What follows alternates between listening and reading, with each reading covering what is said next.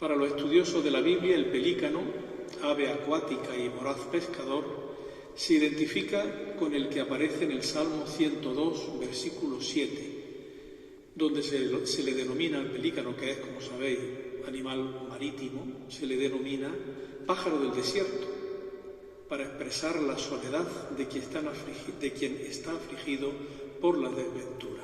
El salmista, que está en un momento, digamos, de tribulación, pues dice que él es como el pelícano que está en el desierto, ave solitaria, o como la lechuza que está en las ruinas. Similis factus sum, dice San Jerónimo en la traducción latina, similis factus sum pelícano solitudinis, el pelícano de la soledad. Factus sum enim nicticorax, nicticoras es nictos en griego es noche, es animal de la noche, es la lechuza. In ruinis, me parezco al pelícano del desierto, al pelícano de la soledad. Soy como la lechuza de las ruinas. Pero la interpretación más extendida es la que identifica al pelícano con Jesucristo, modelo del cristiano que ora. Y la soledad del pelícano es símbolo de la unicidad, de la exclusiva particularidad de Cristo. Él es el único hombre nacido de una virgen y en esa condición no puede tener compañeros, por eso está solo, podríamos decir. A ello se añadió la creencia popular del que el pelícano tenía un amor extraordinario por sus polluelos, hasta el punto de que si estaban a punto de morir de hambre, el mismo pelícano se golpeaba el pecho para que con su sangre se alimentasen sus retoños. La aplicación a Cristo no puede ser más directa. Por amor a los hombres, muertos a causa del pecado, el Salvador ha derramado voluntariamente su sangre para darnos vida. La leyenda del pelícano que alimenta a sus crías con su propia sangre nació sin duda fuera del cristianismo, pero pronto fue adoptada con un claro sentido de salvación. Y el gran San Agustín, comentando en sus comentarios a los Salmos, ya sabéis que tiene una obra enorme, magnífica, que es en narraciones sin salvo, se dice en latín, es decir, son comentarios que él hacía, catequesis o conferencias que hacía su comunidad de Hipona sobre todos los salmos, los 150 los comentó. Y precisamente comentando el Salmo 102, versículo 7, dice San Agustín: dicen que estos animales, los pelícanos, matan a sus crías con golpes de su pico y tras haberlos matado en el nido, le lloran durante 3 días. Dicen finalmente que la misma madre se hiere gravemente y derrama su sangre sobre sus polluelos y cuando estos se han bañado con la sangre, vuelven a vivir. Puede ser que esto sea verdad, dice San Agustín, puede ser que esto sea verdad, puede que sea falso, pero si es verdadero, ved qué bien se adapta a aquel que con su sangre nos ha dado la vida. Es decir, él toma, digamos, la creencia pagana, lo que dice del pelícano, pero dice, qué bien se adapta a aquel con mayúscula, es decir, a Cristo, que con su sangre nos ha dado la vida. El pelícano que alimenta con su sangre a sus crías que ávidamente se dirigen hacia el pecho herido, como muestra muy bien la imagen que se ha elegido para el cartel del Corpus Christi de Jaén 2022. El gran significado eucarístico del pelícano lo puso también en evidencia el gran Santo Tomás de Aquino, en uno de los 5 himnos que compuso para la fiesta del Corpus, el Adoro-te Devote. En la 6ª estrofa escribe Santo Tomás. Estoy a punto de cantarlo, pero tampoco tengo la garganta para cantar, pero es muy venido. Pie pelicane Jesu Domine, mei mundum monda tuo sanguine, cuium stilla salvum facere, totum mundum quia omni scellere. En español. Este ya no se canta, se recita. Señor Jesús, pelícano bueno, pelícano piadoso, pie pelícano es pelícano piadoso. Límpiame a mí, inmundo, con tu sangre, de la que una sola gota puede librar de todos los crímenes al mundo entero. Una sola gota de la sangre de Cristo limpia todos los pecados y todos los crímenes del mundo. Esto es teología, no lo que hacen ahora. Afirma el cardenal Reiniero Canta la Mesa, comentando precisamente el Adoro te devote, que en la época en que se compuso el Adoro te devote, muchos factores acabaron por hacer tácitamente de la Eucaristía solo el sacramento del cuerpo de Cristo, pero no de la sangre. Más el cuerpo, menos la sangre. Pero un símbolo, el pelícano, introduce el tema de la sangre de Cristo en la sexta estrofa del himno eucarístico. El contenido teológico de esta bellísima estrofa es un solemne acto de fe en el valor universal de la sangre de Cristo, de la que, como dice Santo Tomás, una sola gota basta para salvar al mundo entero. Pero la dificultad más actual que plantea el himno se refiere al medio elegido para realizar esa salvación universal, que no es otra sino el sacrificio del pelícano y el sacrificio de Cristo en la cruz. Recordar algunos detalles históricos que explican su realización y su ubicación en el mencionado lugar. Durante el último tercio del siglo XVIII, la diócesis de Jaén asistió a la puesta en práctica de las directrices regalistas de la monarquía española, que en campo religioso estaban destinadas a renovar la vida cristiana de los fieles desde unos principios más racionales que los que habían configurado el imaginario religioso durante el Barroco. Estamos en la época de la Ilustración, estamos en la época de la influencia francesa, sobre todo en el reinado de Carlos III y el principio del reinado de Carlos IV. Para las clases dirigentes, para los reyes, sus ministros, los ministros de la monarquía y los intelectuales, lo que se había heredado de la época barroca era una piedad excesiva, que había que recortar, que había que purificar. Y por lo tanto se dio luz verde a toda una serie de iniciativas destinadas a encauzar las manifestaciones de la religiosidad popular dentro de los límites de la razón y del buen gusto, como lo entendían los ilustrados.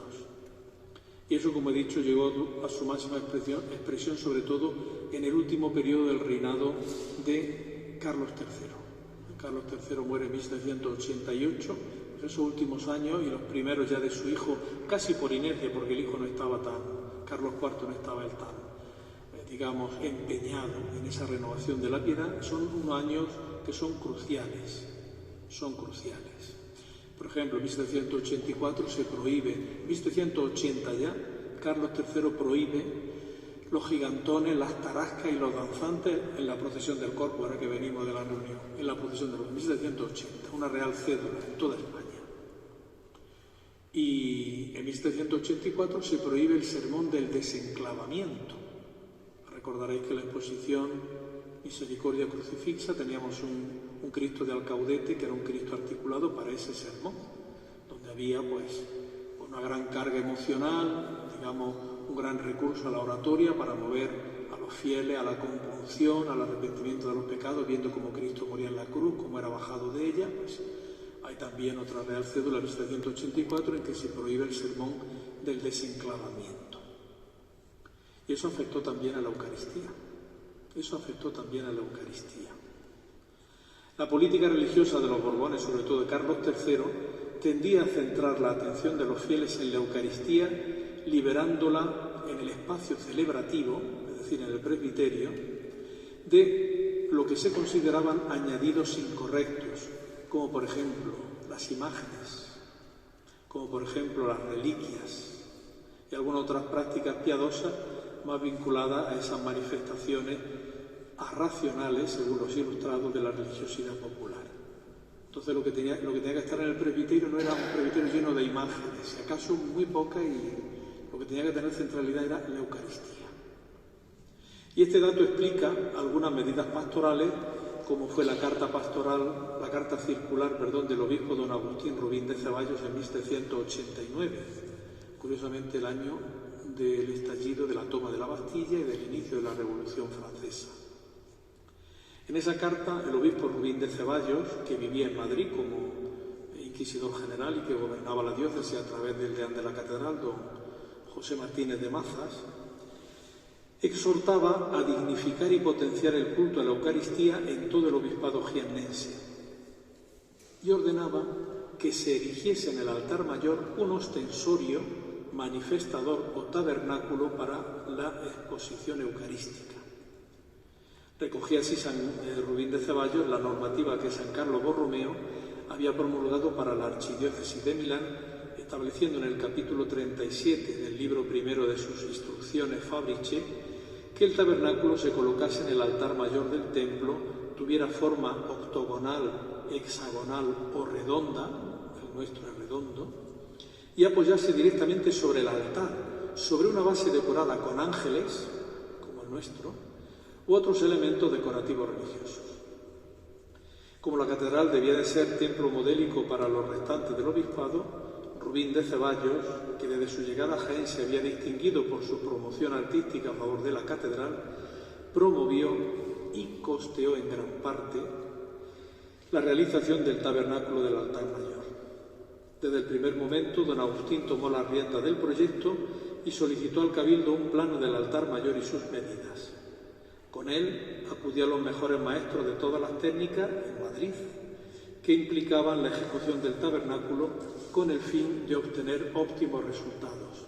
Y en abril de 1789 envió desde Madrid 2 proyectos para la obra, cuya principal diferencia era la presencia o no de ángeles sosteniendo el conjunto. El Cabildo entregó los 2 bocetos a su arquitecto y tracista, don Manuel López, que emitió un informe sobre los mismos que no debió de ser muy favorable, pues le encargaron otros 2 proyectos que se enviarían al obispo que entonces residía en Madrid. Se incidía en dar respuesta a la verdadera necesidad y característica del altar mayor, en especial la limpia visibilidad del celebrante desde todos los puntos de vista, idea que ya había estado presente en la ejecución del altar consagrado en 1660, al tiempo que se especifican cuáles serían los materiales empleados. En 1789 se enviaron los diseños que Juan Pedro Arnal, que era el director de la Real Academia de Bellas Artes de San Fernando, es decir, la máxima autoridad en cuestiones artísticas de España, había dado al obispo de Jaén, don Agustín Rubín de Ceballos. En una carta que se acompañaba de un documento firmado por don Antonio Ponz, secretario de la Academia, don Antonio Ponz visitó la Catedral de Jaén, escribió una serie de cartas de su viaje que hizo por España y dedica 2 cartas a la Catedral de Jaén. Como era un ilustrado así como muy sublime, por decirlo de alguna manera, pues lo que no le gustaba era el coro. Y denomina 2 veces al coro mamarrachada. Es una mamarrachada que desdice, me refiero al coro no a la sillería de madera góticas, sino al exterior, a la fábrica, ¿no? Que desdice la solemnidad y la hermosura del resto del templo. La cosa la tenía contra los arquitectos barrocos, entonces le dijeron que lo había hecho un discípulo de Churriguera y ya bastante para que se obnubilase negativamente, ¿no?